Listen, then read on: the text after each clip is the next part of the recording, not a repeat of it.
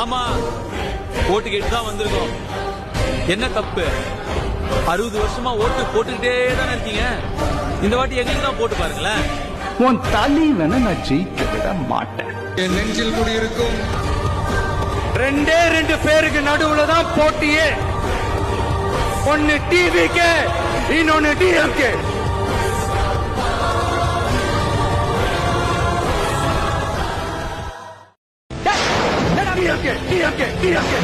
பூச்சாண்டி காட்டுறீங்களா? உங்க ஆட்சியை பத்தி கேள்வி கேட்டா மட்டும் ஏன் சார் உங்களுக்கு இவ்வளவு கோவம் வருது? நல்ல கேள்வி. அடுத்த கேள்வி. வண்டி வண்டியா கொண்டாந்து கொட்ட போறாங்க. அது அத்தனையும் உங்க கிட்ட இருந்து கொள்ளையடிச்ச பணம் தான். எனக்கு பயம் இல்ல, அதுக்கு தான் சாம்பிள். மக்கள் மத்தியில ஒரு நல்ல பேர் எடுத்து நல்ல ஒரு டீசென்டான அரசியல் செய்யறதுக்கு தான் நாங்க இங்க வந்திருக்கிறோம்.